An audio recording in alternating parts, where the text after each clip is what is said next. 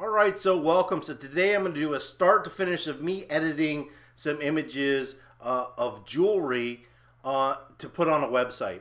So I could probably do this in Lightroom and it would probably be really easy to batch. I wouldn't have as much control over editing the photos, but this would be a little bit smoother process. But I'm going to show you how I do this from Photo Mechanic to Photoshop. So, and we're also going to create an action just to make it a little bit easier.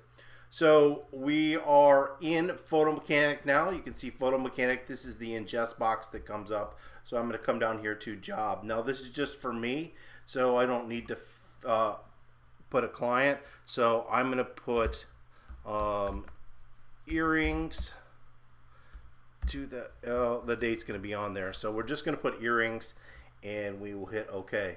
So I'll come over here and I'll put what this is. I don't really care about the date, but we will leave it just so you know. So I'm going to put metal design earrings. And so this is just another business I have where I'm making jewelry.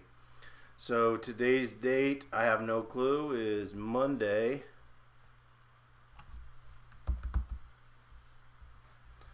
June, what was that? 11th.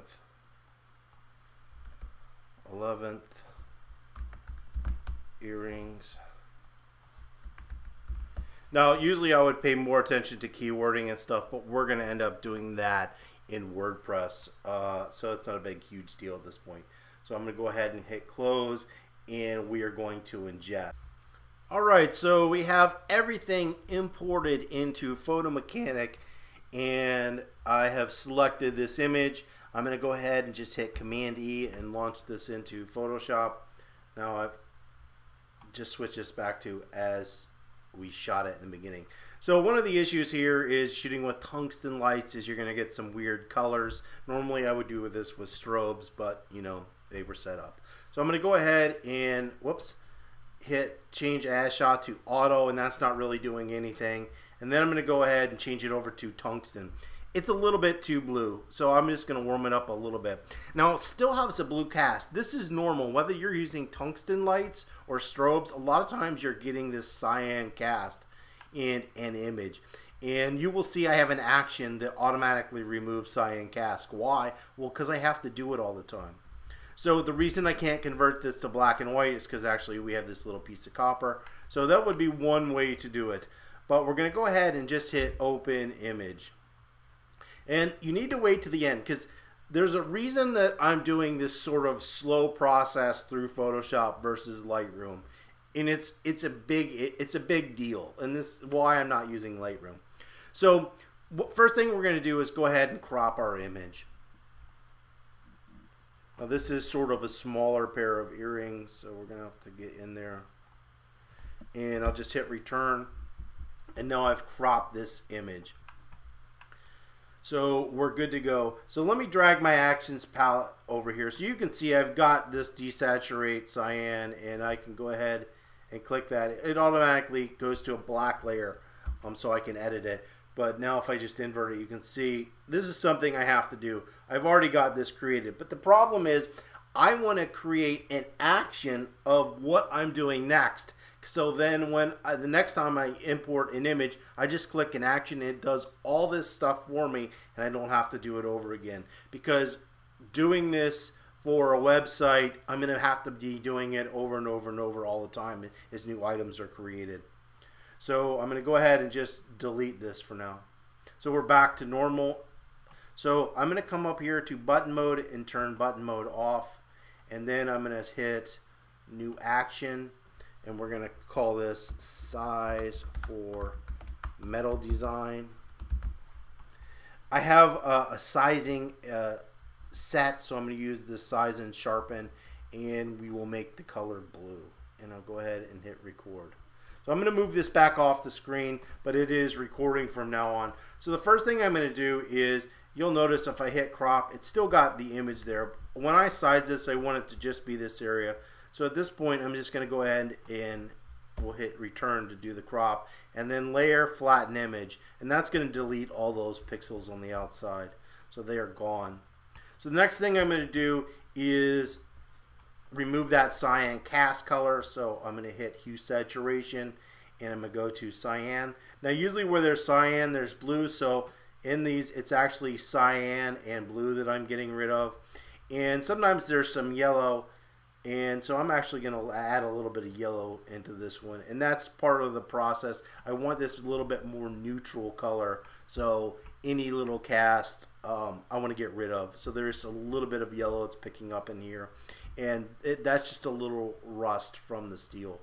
So it has a clear coat on it, but it does rust on the bottom a little bit. So we're good. So I've got this applied to everything. Now if I don't want to remove that yellow from the little copper here area rivets that are in these earrings, I can simply go ahead, I can zoom in so I can kind of see what I'm doing. I can take black and my brush and then make this a little bit bigger, and then I can just paint that out. So what I'm doing is removing this desaturation from that one area. So it's doing it everywhere but on those little copper rivets. So I'm good with that. That looks cool. So the next thing that we're going to do is come up here to image and go to image size. I want my vertical height, I think, to be 1,000. So we'll make this 1,000 and hit OK. So now we've sized it. I'm going to sharpen this image. I've already gone and done it. So sharpen, we'll use smart sharpen, just something simple. We're going to use 8219 for this image. I will hit OK. I'll zoom in here so you guys can see the image. And then we're going to go to edit, convert to profile. So the issue here is for web, you don't want to be in Adobe, you want to be in sRGB because the web uses the profile of sRGB. So we're going to convert that over to sRGB. Alright, so we are ready to go. This image is ready to be saved. I'm going to add a watermark to it, but we'll get to that in a second. So most people will be like, well, you went through a lot of stuff to get to that point. So one thing I do need to do at this point is stop this. So I need to come over here and hit stop recording. And then I'm going to hit button mode. And we should notice right here, size for metal design. So there's our action. So I could have gone up here to file export. And you'll see a lot of what I just did is here. Well, like, hey, why did you go through that stupid process when you could just automatically fill this in here and make that 1,000 pixels, add a copyright, convert to sRGB? Why did you do all that stuff? And the reason is jpegmini. So when working with a website, you don't want large file sizes. jpegmini will keep your image quality but lower your file size. So that is the reason I use this process versus any other process. So what I'm going to do here is bring up my jpegmini panel. It's in Window, Workspace, or no, Window Extensions, jpegmini. And so here's our little file extension. So I'm going to go ahead and hit Export with jpegmini. And so here's the folder that I've created. I have this 161. I've already actually done this here, but we'll just save over it. I'll hit save. It's going to ask me to replace it because I've already used it. And you can see jpegmini over regular JPEG has saved me 107 kilobytes. Not a lot, but over time that's going to add up. So this is the cool part of this. So once I've done that, I can just go back up into Photo Mechanic. And we'll do this pair of earrings here. I'll hit Command E. I can come over here and hit previous conversion because it's going to go and do the exact same thing that I did on the last image. I can hit open. Move this over. I do have to manually crop this, but that's not a big deal. You can do that real quick. Use the arrows to kind of get this where I want it. I'll hit return, so I'm good. So I'm going to just drag my actions over so you can see it. So here's that size for metal design. Bam. Did everything that I wanted almost instantly.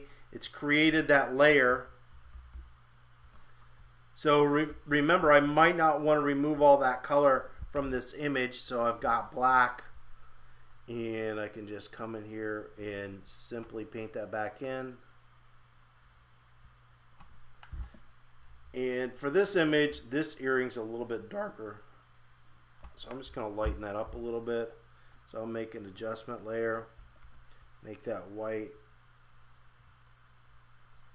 So these look dirty, but I've done that on purpose. So we've lightened that up.